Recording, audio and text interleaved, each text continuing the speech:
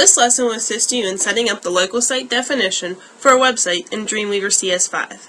At this time, you should have Dreamweaver open on your desktop. If you do not, please open it now.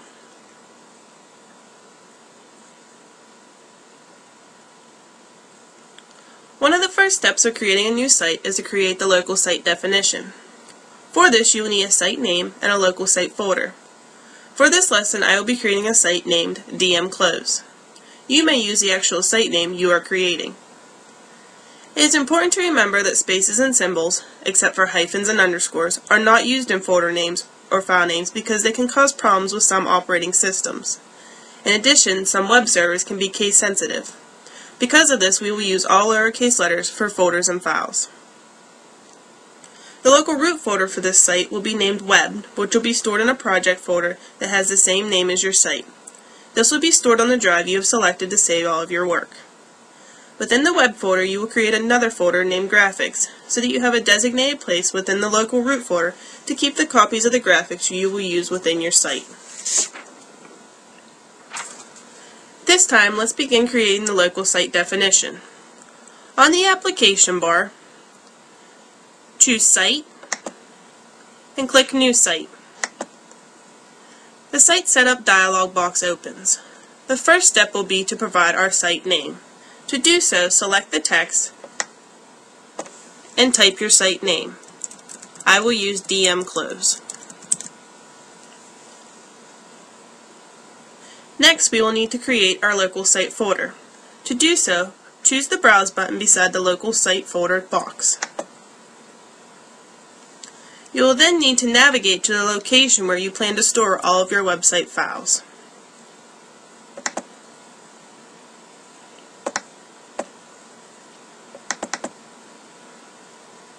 Once you have found your location, choose the Create New Folder button and then type the name of your site in all lowercase letters with no spaces.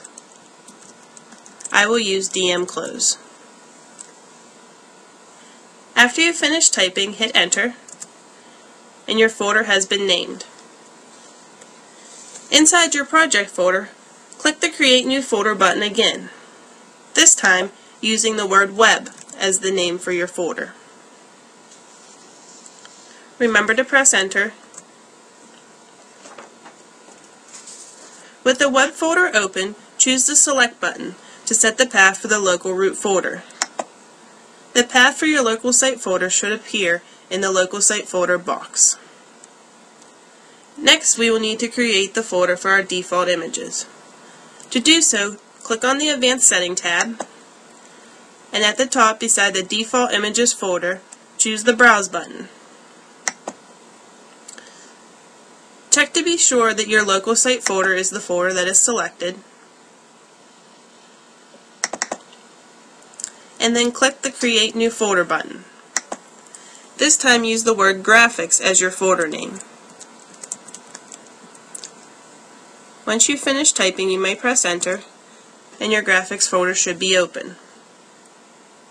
With the Graphics folder open, click the Select button to set the path for the Default Images folder.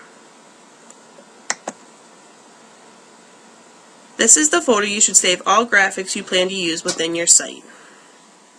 After creating the local site definition, the next step would be to create the remote site definition.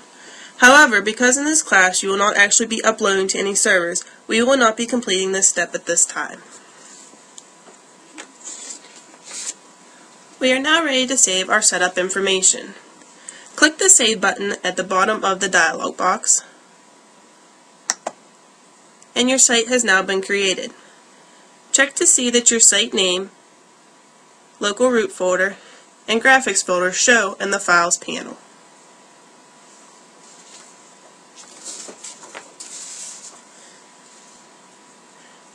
This brings us to the end of the lesson on creating the local site definition. I hope that you have found this video to be helpful and encourage you to check out my other videos that will help you as you progress through your website creation.